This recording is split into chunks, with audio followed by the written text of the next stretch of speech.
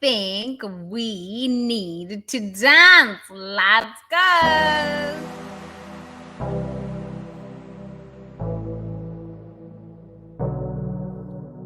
You got this look inside your eyes, I can see it. Every move I make, you're hypnotized, I can feel it. I just can't help it 'cause I love the attention. The way I move, I know you can't mistake my intentions. Hooked on me, I know I got you hooked on me. I can see you hooked on me. Boy, I got you hooked on me. Hold on me, you just can't break free from my chains. It's okay, 'cause I'll treat you really nicely. I'm one of a kind, you will never find anybody else like me. Consider yourself lucky. Hooked on me, I know I got you hooked on me. I can see you hooked on me. Boy, I got you hooked on me. Step into my life, don't you worry, I won't bite. You don't have to be so shy. All you need is what you find. Yay! I really love music. I really love music. It wakes me up. It makes me alive, you know? I really love music. I'm so grateful to be back. Honestly, I am so grateful to be out of depression.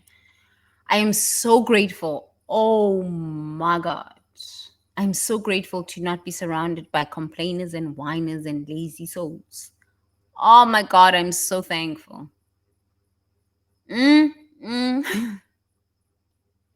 Say no, say no, say no, say no, say no, say no. Boundaries, boundaries, boundaries, boundaries. Yo, there are a lot of sick people here in the world. Look at how beautiful I am. Yo, I'm just divinity's beauty expressing. Yo, you must look at yourself in the mirror every day and say, Joey, Joey, Joey, I am just divinity's beauty expressing. Yo, the universe's beauty expressing. Just look so beautiful. I think you're beautiful too. I was talking to one of my clients today, and I said to him, "You're a good person," and he cried. He said, "Nobody's ever said I am a good person." I said, "Well, if I'm the first person in your life to tell you that you're a good person, I want to tell you you're a good person." Especially like if you're a visionary man and woman, chosen ones, leaders. So many people project onto us as leaders, as chosen ones, as visionaries. They project their ugliness, they project their low self-esteem, they project their unhealed sexual wounds on us. They project their money wounds, they project their fears, they project their anxieties, they project their depressions. So many souls are unwilling to do the work it takes to thrive on planet Earth. We must speak these truths. So many souls. Mhm. And then so many souls are worried about inflation and they're asking, why is there inflation? How do I protect my money if there's a meltdown? I was talking to people here in the island, the crypto bros, crypto bros, the crypto bros, the crypto bros. Oh, they lost a lot of money last year. Yeah, crypto is maybe come back, but the anxiety is still there. What if we have another meltdown? Can I share with you something very powerful. Look, the tomato doesn't understand anything about financial meltdowns, inflation. No, the tomato just self actualizes. It just goes, I'm supposed to be a tomato and I'm supposed to self actualize and join the $1 billion industry. I don't really care if there's a recession. I don't really care if there's inflation. Honestly, I don't really care if human beings don't have money, but I'm still going to self actualize and human beings will figure out a way to pay me. This is truth. This is what the tomato is saying all day long while it's self actualizing. There is a law that is higher than any financial thing, challenge, thing, experience that anybody and all of us can experience on planet Earth. That is the law of abundance. From abundance we come in, and in abundance we remain. Whether you understand this law or not, it is a truth with a capital T and cannot be changed. Facts can be changed. The stock market can go down, the crypto market can go up and down, the forex market can go up and down, the banks can collapse, the banks can thrive. But there is a law of abundance. And I'm working through this process on my app. If you download the Future Gen Leaders app on iOS or Google Play, and you join the Rebirth Your Vision process, I realized that we're on phase 3. I'm working through phase 3 right now, nurture. I realized that money holds us back more than anything else. I remember leaving South Africa with $2,000 to my name when I left to America. I knew nobody in America. I had $2,000 that I'd worked a whole year to save. A whole year to save. I just had faith in my spirit that I was going to make it there. And I remember I was sitting on the plane and I was writing on my way to America, and I was writing in my diary because when I was packing up my house in America, selling my house and packing up my stuff, I found the diary. And it was like this little notebook, and and I had written in it, and I said, God, if you could just protect me, I promise, I promise, I promise, I swear to you, bargaining with God, okay? Bargaining with God. I promise I'll serve. I promise God, I'll serve for the rest of my life. I just need you to kind of guide me and protect me as I go to America. I've got $2,000 to my name. I don't know what's going to happen. I just need you to just be there for me. I was still praying to Father Christmas God, but at least I was praying to something, something. And the rest is history. What I learned living in America through the 2008 recession is that you can still make money no matter what's going on in the world. You can still be in a recession, stock market meltdown. There's always money. In Vegas, during the meltdown, there was more money than anything else because people drink more. They gamble more. They go to more nightclubs.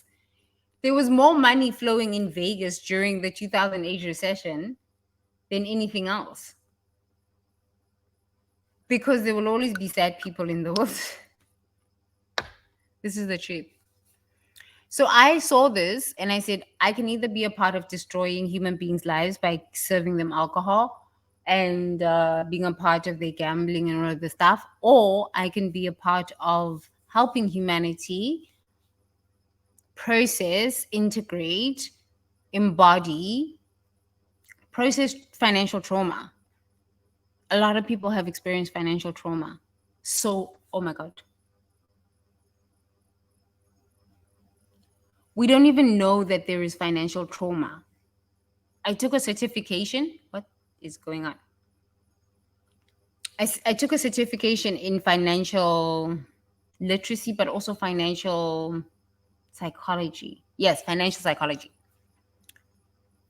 Yeah, I've taken quite a lot of these certifications. And I understood trauma, but I didn't understand the extent of financial trauma. I really didn't understand the extent of financial trauma. When you've experienced financial trauma, it's kind of like your brain goes numb for a bit. and you need to process what you've just experienced. Whether you lose a job, that's financial trauma, because now you're like, your brain is going, oh my God, how am I going to pay my bills? How am I going to handle all of this? Whether you've got a huge mortgage to pay, and you've got children to take care of, and you're just worried about your job, and you just can't. Like, I remember in 2008 recession, so many people in America were just out of control.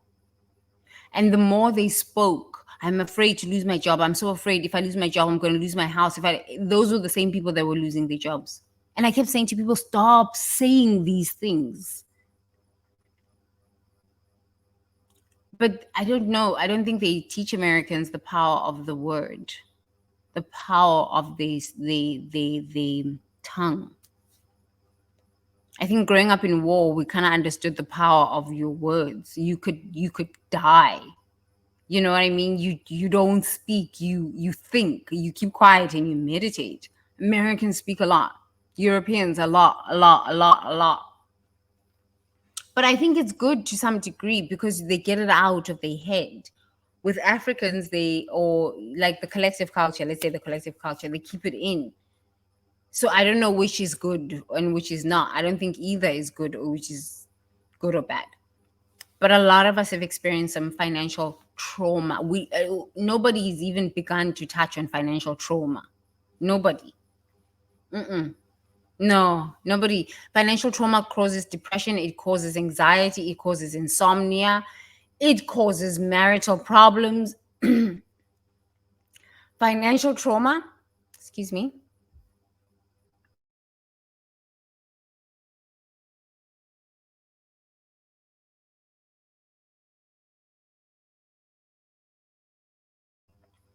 Blessing the spirit of the waters. Financial trauma can shut down your brain from thinking. Religious trauma and financial trauma are the two categories of trauma that have not even begun to be talked about. Financial trauma is one that I know financial trauma, what it can do to a man. I know what financial trauma can do. It just shuts down your brain. You can't think. Everything just goes into slow motion. At that point, you need to stop thinking. Honestly, when you're experiencing financial trauma, the best is to start forgiving. Stop thinking, start forgiving. Write that down. Stop thinking, start forgiving. Forgive God. God, this inflation is too much. I can't make ends meet. Oh God, don't beg God for anything.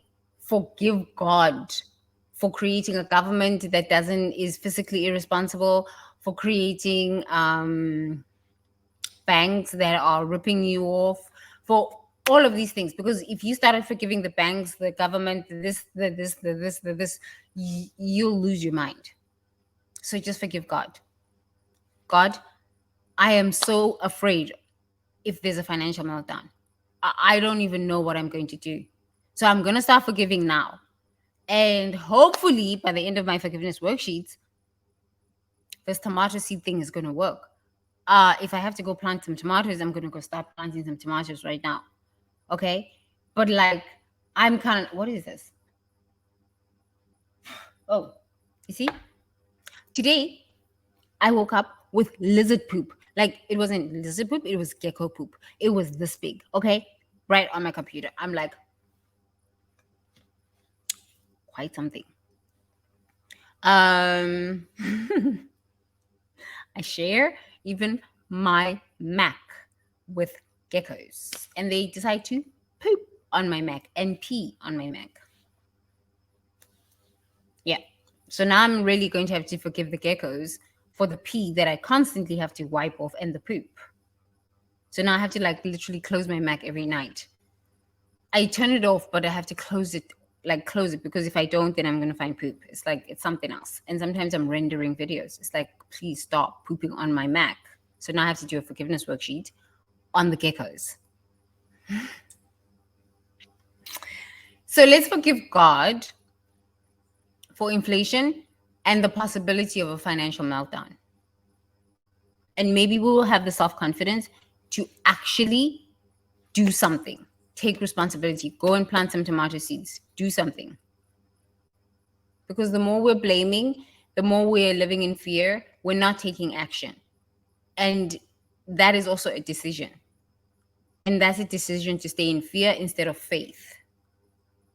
Just picking up a radical forgiveness worksheet and say, I'm just gonna try it. I have like whatever, I'm angry right now. I have so much problems. So this, it sounds crazy, but let me just try it. What do I have to lose? Honestly, what do you have to lose? It's free. I'm giving it to free. Even the worksheet is free. All you need to do is take your paper and your pen and just, okay, let's all forgive God for a possibility of a financial meltdown, because that makes us all, it destabilizes every single one of us. And the mental health, we're already on a mental health crisis alert. If we have a financial meltdown, which is possible, it will get worse. But there is a law that is higher than any banking law. The law is, from abundance we come, and in abundance we remain. If we become like the seed, tomato seed, and start thinking, how do I go deep into Mother Earth and the soil, and blessing the civilization at the center of the earth, abapants, and blessing the star nation, abapezul. So below as above. As above, so below. Meaning, whatever you believe. So if you start eradicating these thoughts about the banking system, inflation, God, I need to forgive you for these things. I need to, because I don't even know if we have a financial meltdown, how am I going to make it? Just start forgiving God now. Okay? As you do that, the seeds of greatness that are already planted within you, they must show up. And they will shock you. They will surprise you. It's going to be so unique. You will be like that tomato that gets itself into the $1 billion industry in the middle of a recession or a financial meltdown. Because everyone is here with a purpose and a solution. It is your job to figure out what the purpose is, what the solution is, and the way to do that is to work on your wounds. Work on your wounds. Your wounds are where your wealth is. The sooner you start with working on your wounds, the sooner your wealth will start flowing. Yes? Yes. Please download the Radical Forgiveness worksheet below and continue with your radical forgiveness. And please do the work. And if you want to go deeper, please download the Future Gen Leaders app on iOS or Google Play, and go ahead and join us on the Rebirth Your Vision process. I don't know what happened. And let's do this, okay? Let's do some metta. May I be happy. May I be peaceful. May I be liberated from all ignorance.